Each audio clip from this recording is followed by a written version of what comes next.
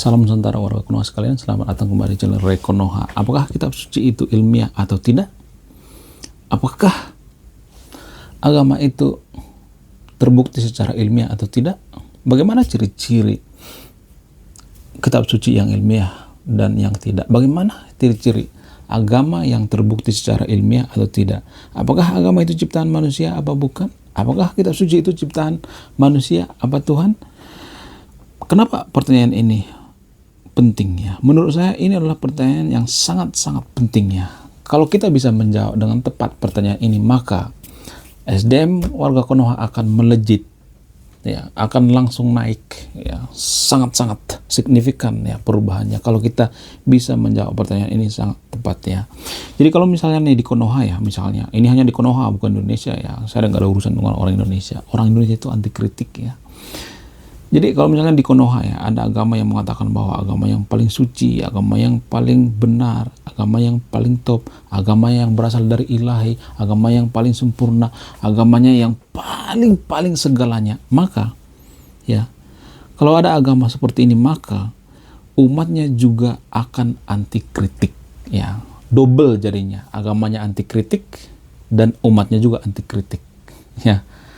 Umat yang anti kritik itu berasal daripada agama yang anti kritik. Jadi ini punya korelasi ya, punya hubungan ya.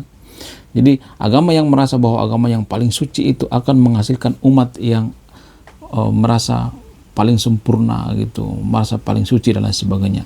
Nah, ketika umatnya anti kritik, maka ya negara tidak akan pernah maju sampai kiamat pun. Apa alasannya? Apa pengaruhnya? Apa korelasinya? Karena agama itu banyak menentukan keputusan kita sehari-hari ya. Warga Konoha itu keputusan itu banyak dipengaruhi oleh agama ya.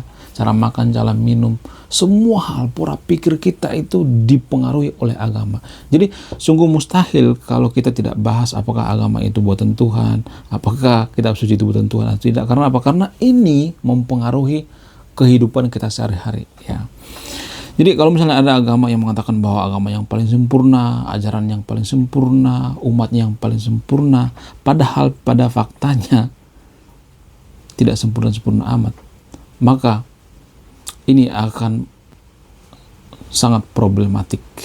Kalau ada umat yang merasa si paling sempurna, agama si paling sempurna dan anti kritik, maka ini akan sangat-sangat berbahaya. Akan banyak orang yang jumawa gitu, oh saya orang yang paling sempurna, agama saya yang paling sempurna dan sebagainya, dan mereka berhak mengatakan bahwa agama lain itu sesat. Kenapa? Karena mereka menganggap agama mereka adalah agama yang paling sempurna, dan mereka juga menganggap bahwa mereka itu sudah menjadi orang yang sempurna ya, tidak ada kesalahan, tidak ada cacat ya, anti kritik dan lain sebagainya. Padahal pada faktanya ya, rata-rata warga Konoha itu masih SDM rendah, merasa bahwa agama yang paling sempurna, merasa bahwa ajarannya paling sempurna, merasa bahwa umatnya paling sempurna, padahal pada faktanya rata-rata ya SDM rendah, dan ini sangat-sangat berbahaya. Jadi kita itu ya, warga Konoha itu rata-rata seperti hidup bawah tempurung ya, seperti katak bawah tempurung plus anti kritik plus dipenuhi oleh masyarakat atau orang-orang yang radikalisme. Jadi radikalisme itu bersumber dari mana? Bersumber dari yang merasa bahwa agama yang paling benar, ajarannya paling sempurna, dan ini menghasilkan umat yang radikalisme. Ya, gimana nggak radikal? Coba kalau misalnya kita kritik langsung marah-marah. Ya kan? Tapi hanya di Konoha yang nggak ada hubungan Indonesia ya. Mungkin video ini tidak cocok bagi semua orang ya. Di antara sahabat yang nonton video ini yang berpikiran sempit ya, mohon skip video ini. Lalu bagaimana ciri-ciri kitab suci yang ilmiah? Apa tanda-tandanya? Dan bagaimana ciri-ciri agama yang ilmiah, yang terbukti secara ilmiah, atau agama yang diciptakan oleh Tuhan, agama yang diciptakan manusia? Bagaimana ciri-cirinya? Ya, jadi semua yang saya bahas di sini ada sumbernya ya, ada datanya. Semua yang saya ucapkan di sini ada sumber dan datanya. Jadi kalau mau marah jangan marah ke saya, marahlah sama yang bikin sumber atau yang bikin referensinya. Dan semua yang saya katakan di video ini berlaku pada semua agama di Konoha ya, nggak hanya agama tertentu ya. Jangan merasa bahwa agama Anda disindir-sindir, enggak. Ke semua agama ya, karena di Konoha ada sebuah agama bernama agama Yahudi. Agama Yahudi juga pernah berpikiran seperti ini, pernah.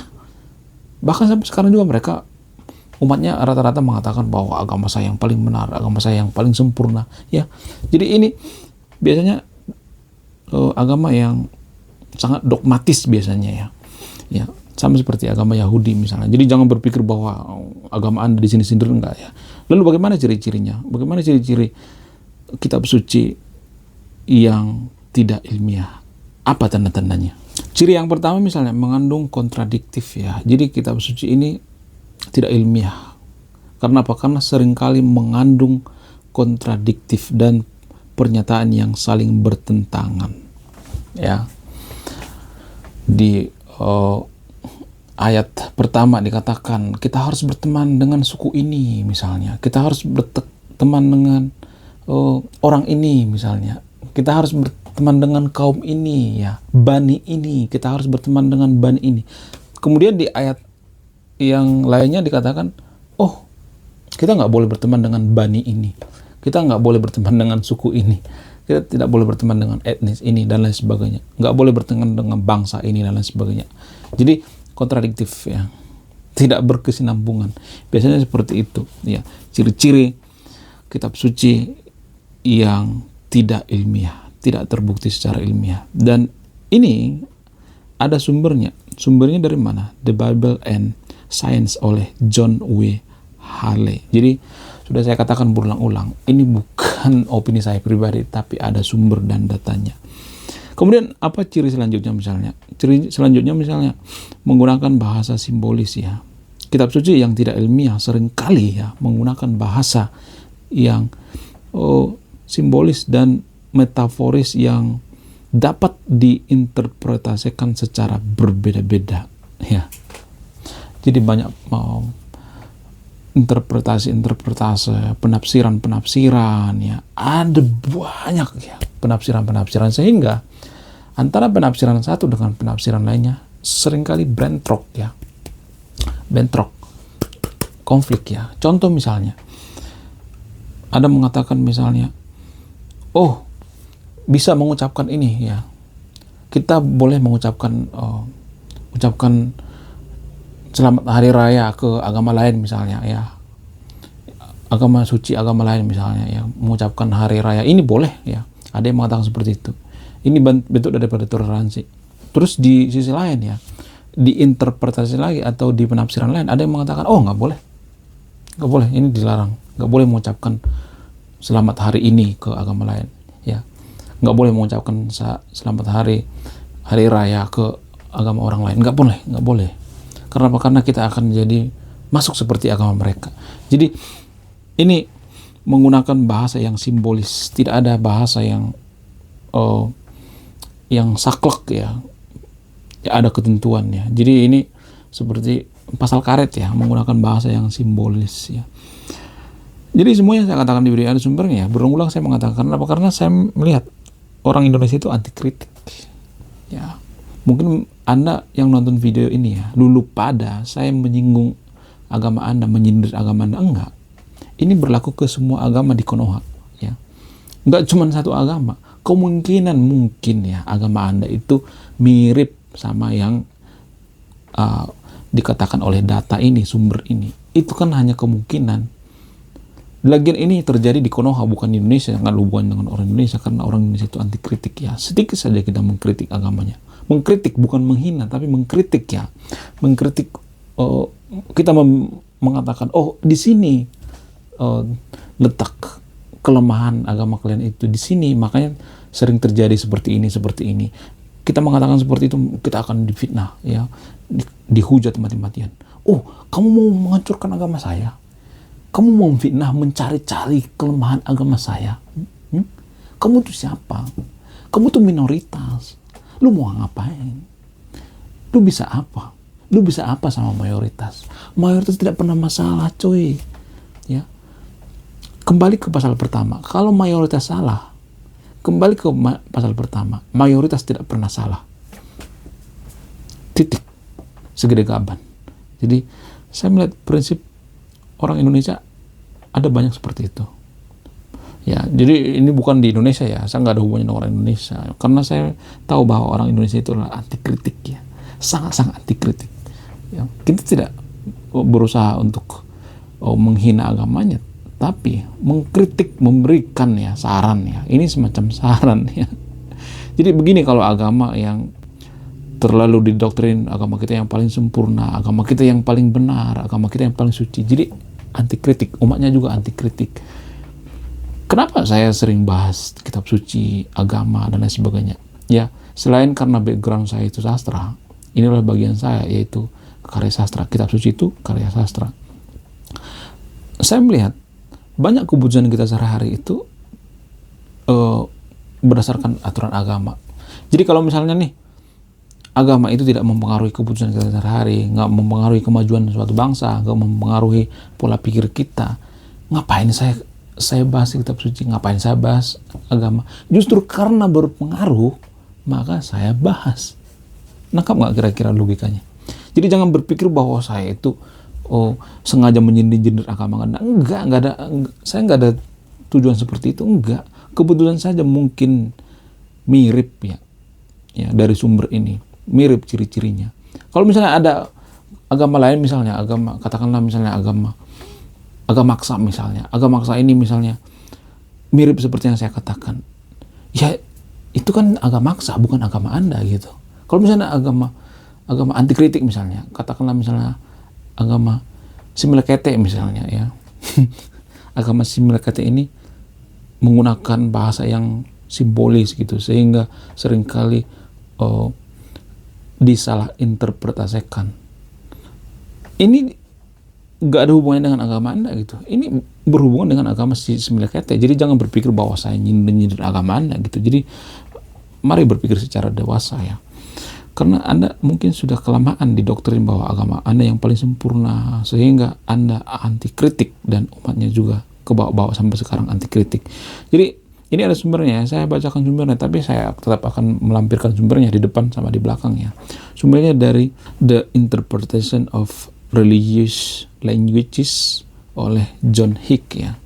Kemudian selanjutnya misalnya mengandung mitos dan legenda. Kitab suci yang tidak ilmiah seringkali mengandung mitos dan legenda yang tidak dapat dibuktikan secara ilmiah. Dari mana sumbernya? Sumber dari The Myth of Framework oleh Thomas Kuhn ya. Jadi contoh misalnya ya, ada kisah-kisah seperti misalnya kisah-kisah yang tidak bisa dibuktikan secara ilmiah ya. Nanti kalau saya berikan contoh banyak yang tersinggung ya. Saya nyari cara ini, gimana saya nyari contoh yang sangat sederhana dan tidak menyindir agama Maksa yang ada di Konoha. Saya nyari cara ini, contohnya. Karena saya tahu orang Indonesia itu adalah orang-orang yang anti kritik ya. Jadi saya berusaha keras nih, memutar otak. Bagaimana menjelaskan ini supaya bisa ditangkap gitu, supaya bisa dipahami beserta dengan contohnya. Contoh misalnya ya, ini hanya di agama Yahudi ya, bukan di agama yang lain ya, nggak ada hubungan dengan agama lain. Misalnya contoh kita ambil agama Yahudi misalnya. Kenapa saya ngambil contoh agama Yahudi? Karena agama Yahudi ini rata-rata tidak anti kritik ya. Agama Yahudi yang ada di Konoha, bukan di luar negeri ya, yang ada di Konoha maksudnya. Ini bukan di Indonesia, hanya di Konoha ya. Misalnya dalam agama Yahudi itu ada misalnya raja yang bisa ngomong sama burung misalnya. Ada pasukan burung misalnya, ini kan nggak masuk akal. Bisa berkomunikasi dengan burung ya, ada seperti itu ya. Raja di kitab suci agama Yahudi, Raja Salomo ya, sebut saja namanya Raja Salomo. Raja Salomo ini bisa berkomunikasi ya dalam agama Yahudi ya, bukan agama Yahudi yang ada di luar negeri, enggak, ini hanya di Konoha ya. Dalam agama Yahudi itu ada seorang raja bernama Raja Salomo berkomunikasi dengan burung ya, pasukan burung. Jadi ini kan menurut saya itu bukan menurut saya ya, ini menurut data ya. Ini menurut data ya, bukan menurut saya.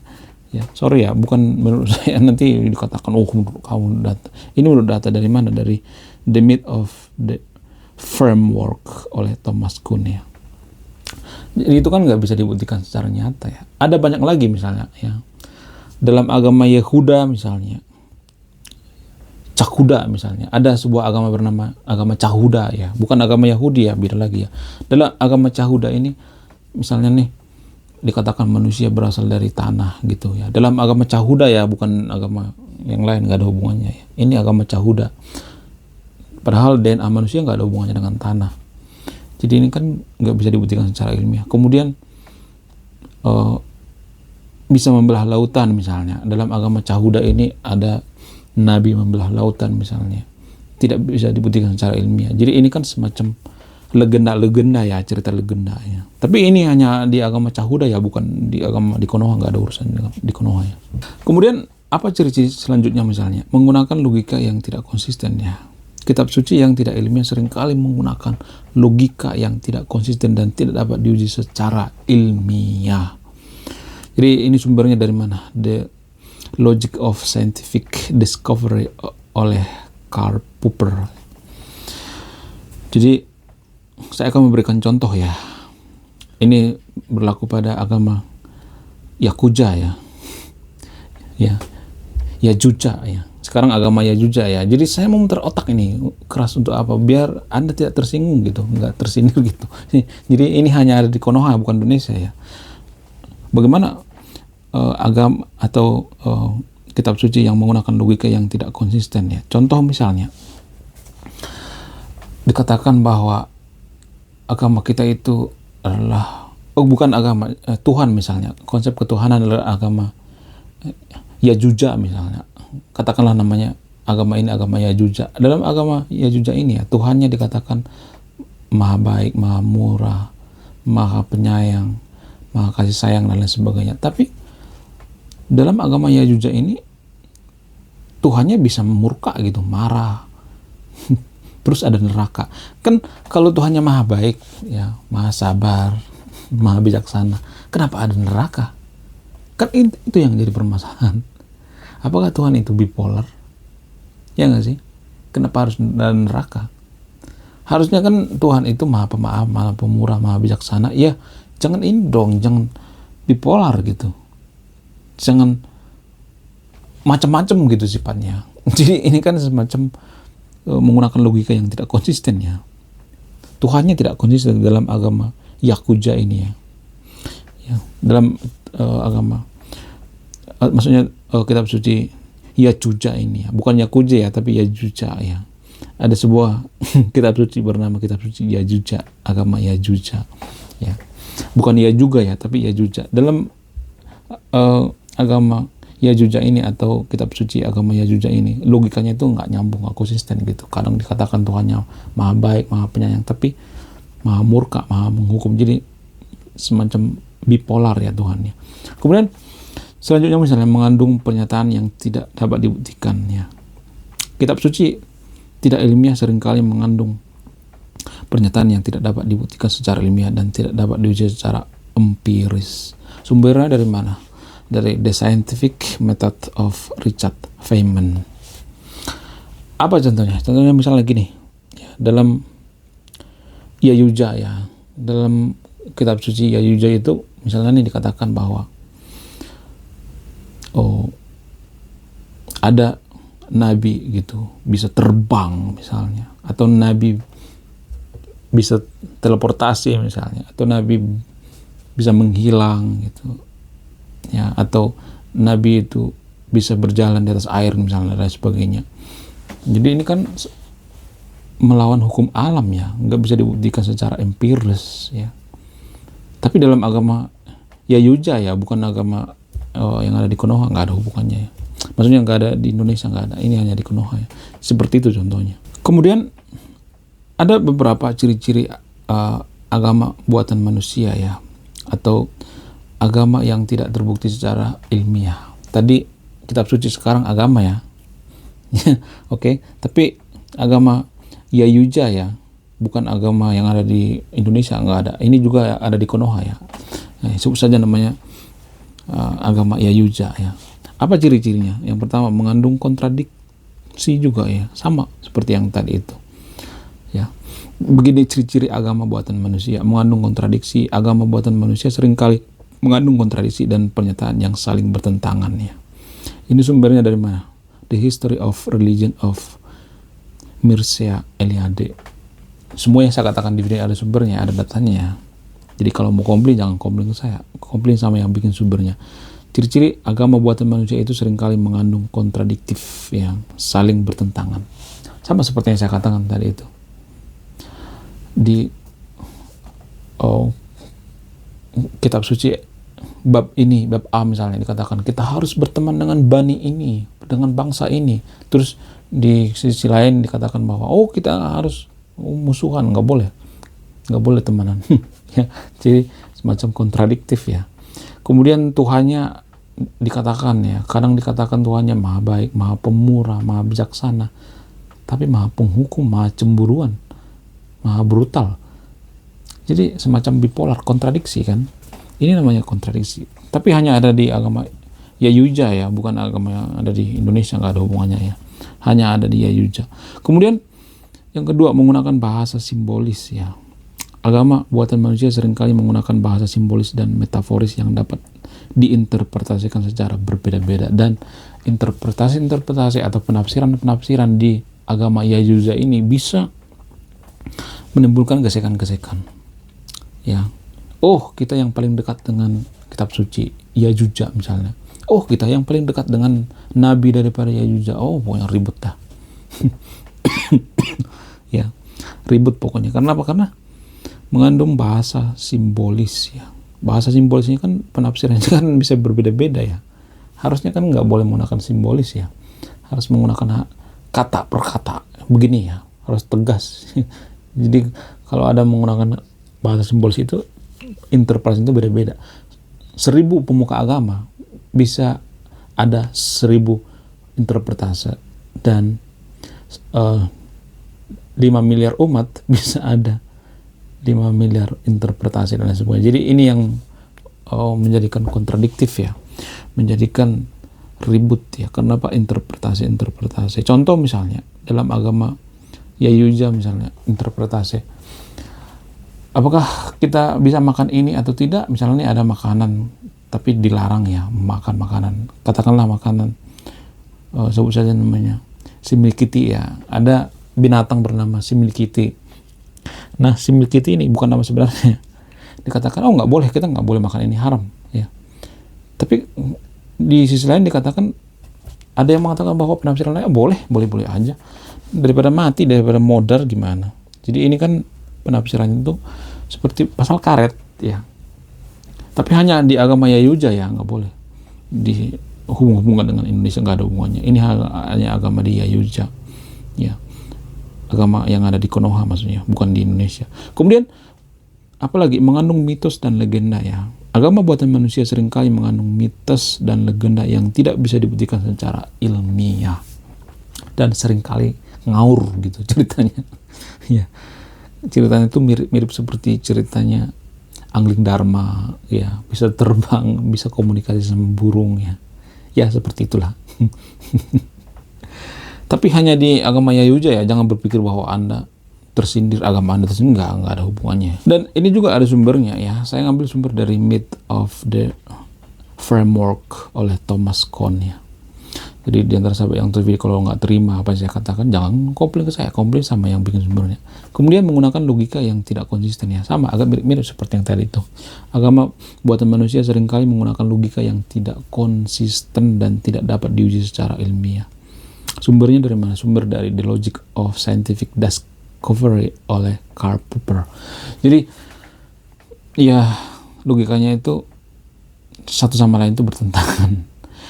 Kalau boleh jujur ya, dalam agama Yayuja ini ya, ayatnya itu nggak runut ya, dari ayat pertama sampai terakhir itu kadang dia kontradiktif, bertentangan. Logikanya bertentangan. Kadang kita boleh berteman dengan yang beda agama, kadang dikatakan nggak boleh. Kenapa? Karena di kitab sucinya seperti itu. Bukan salah umatnya sebenarnya. Umatnya itu cuma menjalankan yang ada di kitab suci itu. Ya, itulah bahayanya kitab suci yang kontradiktif dan logikanya tidak nyambung ya. Satu sama lain tidak konsisten, tidak sinkron ya. Kenapa kitab suci agama Yahuda ini tidak konsisten atau tidak nyambung? Karena apa? Karena dicomot sana sini ya. Jadi sama seperti clipping ya, atau seperti tesis ya, dicomot dari sana sini ya. Jadi yang menulis itu bukan satu orang, ada beda-beda orang, dicomot, dikumpulin satu-satu, dijadikan seperti clipping ya. Itu mempengaruhi kenapa kadang tidak konsisten gitu. Itu alasannya. Kemudian alasan selanjutnya misalnya, atau ciri selanjutnya, menggunakan atau mengandung pernyataan yang tidak dapat dibuktikan ya, tidak bisa dibuktikan.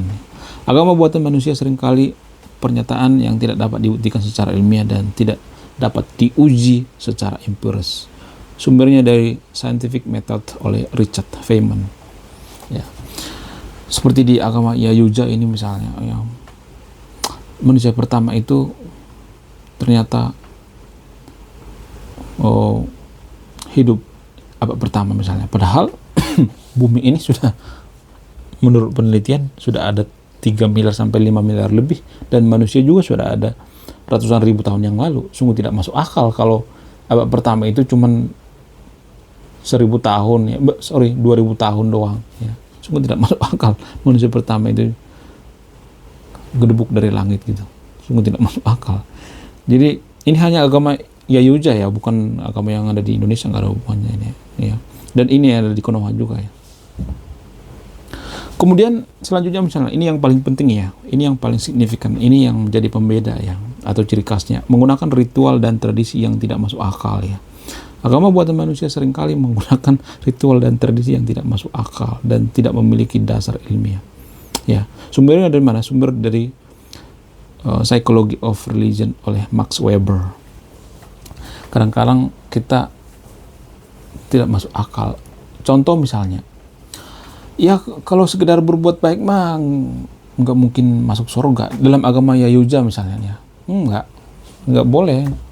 Kalau sekedar baik, berbuat baik mah nggak mungkin masuk surga, nggak bakal masuk surga. Ada syarat tertentu. Apa itu? Ya ada. Apa itu? Ya ada pokoknya. Jadi biasanya seperti itu. Ya, misalnya kita harus beramin misalnya, atau berimam misalnya. Dalam agama Yahuda misalnya ya, bisa seperti itu, kita harus beramin. Tapi kan keimanan itu kan nggak bisa dibuktikan secara ilmiah. Keimanan itu nggak bisa ditakar. Kalau saya misalnya mengimani nih, dalam agama Yahuda misalnya, mengimani bahwa air minum ini bisa membawa saya ke surga misalnya, ini nggak bakal bisa dibuktikan secara ilmiah kan, dan nggak bisa dikritik. Kenapa? Ya suka-suka gue. Kalau gue ngomong mau ke surga, mau nggak, keimanan seperti itu ya. Dalam agama Yahuda ya, bukan agama yang di Konoha, nggak ada hubungannya ya. Kemudian apalagi, mengandung konsep yang tidak ilmiah ya. Agama buatan manusia seringkali mengandung konsep yang tidak ilmiah, seperti konsep jiwa, roh, atau Tuhan yang tidak dapat dibuktikan secara ilmiah. Sumbernya dari mana? Sumbernya dari Philosophy of Science oleh Karl Popper ya. Jadi ada agama atau roh atau Tuhan yang tidak dapat dibuktikan secara ilmiah. Itu menurut sumber ya, menurut data. Jadi kalau mau marah jangan marah ke saya, karena menurut data ini ya, bukan saya ngomong ya, menurut data ini, Tuhan itu kalau tidak bisa dibuktikan secara ilmiah, maka seringkali agama itu adalah agama buatan manusia. Menurut data ya, bukan menurut saya. Jadi kalau komplain ke Karl Popper ini ya, sumbernya dari Philosophy of Science. Oke, sekian video ini. Terima kasih sudah menyimak dan memahami video ini. Semua yang saya katakan di video ini hanya terjadi di Konoha ya, bukan Indonesia ya. Saya Ray Konoha, salam rasional.